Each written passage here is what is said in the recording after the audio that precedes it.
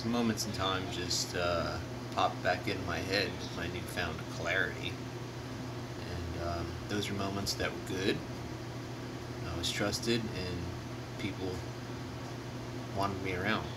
That particular moment was going to Daytona to mechanic for a local 18-year-old who was naturally gifted on a dirt bike.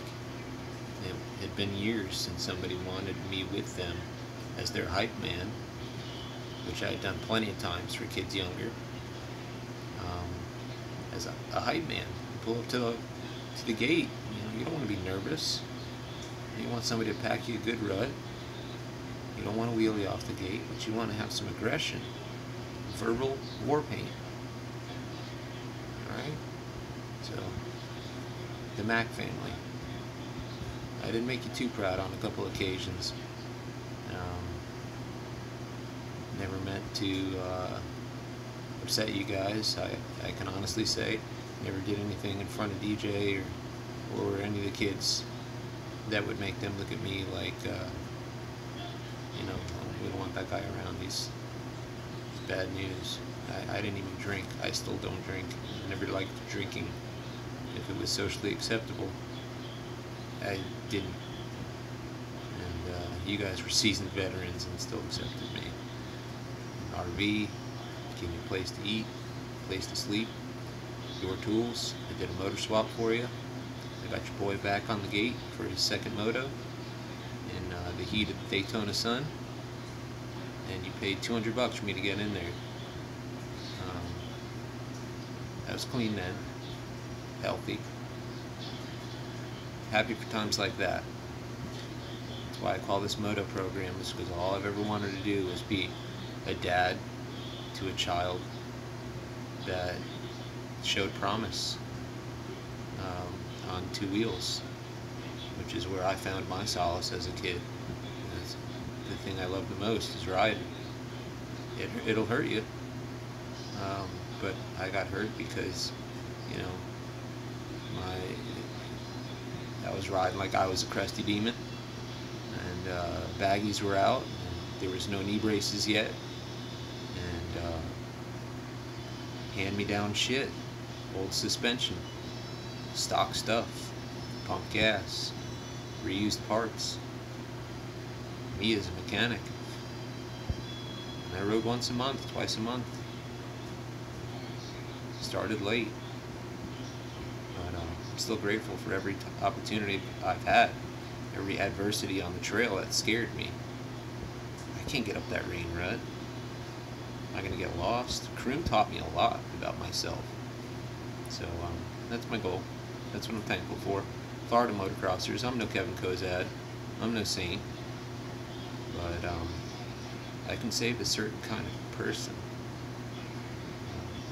A person that's been hiding something that may be working for them, but at the end of the day, it changes your brain, and it limits your life, and it takes away parts of your personality that are probably going to make you end up an isolated person who focuses inward and blames everything on themselves. And a lot of people see that, out of the corner of their eye. And each time they do, they don't spend much time thinking about how to help that guy. I didn't want to be written off. So when I wrote myself off, it was to pardon the burden. Have a great kid. I'll see you at Dade City on a used PW50 with all the best gear and the happiest kid in the world. Hopefully I can convince his mom to come. If I can't have that life, then I fail. But I can have that life. Anybody who wants to help along the way. Jeff Gongas, sorry for dropping your name. I've admired you and your program when you worked with Diamond Dave, and I hung out with his son. I never corrupted any kids. These kids knew curse words. These kids were faster than me on a dirt bike. it never got in the way of anything you guys were trying to do for your kids to make them turn out a certain way. Never did it to Myers either. You gotta look at who was around at Myers, the conditions, and the unfortunate many hands of cards that he was dealt. Physical, emotional, mom dying, dad doesn't give a shit, poor living conditions, overweight, can't do nothing about it. Boom, Tyler's gone. Boom, Chris is gone. You know, and then that call from Big Man saying unwrap that toter home. That's a hard thing to do. I wouldn't have made it either. Never blamed him, but at least I had him on the phone that night and I told him I loved him. From the management office of a sober living house that I was running at the time. I was sober. I was teaching people how to get sober. I was keeping an eye on them and I was watching them relapse inside my house. Sneaky fucks. But it's not my life. My relapses, 3 of them, are all due to instant gratification.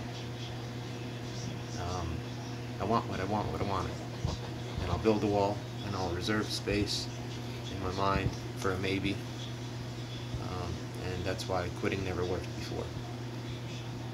I had to have it all right there with me this time, and just not do it, and not want to do it, and not want to throw it away.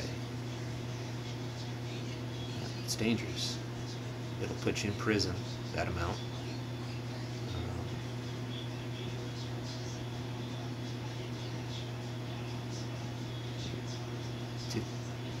To hold the stress of being a single father and having that going on is enough to seek therapy. Okay, I'll seek therapy. Month-and-a-half waiting list with your insurance. I'll talk to a friend. Where are they at? Using, or dead, or doing really well, and I'm embarrassed to call you guys because I'm alone. I got dumped by the best thing that ever happened to me, and I deserved it.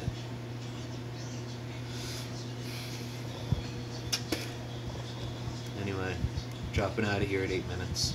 Just wanted to say I'm thankful for parts of life, and I'm going to repeat them with my kid.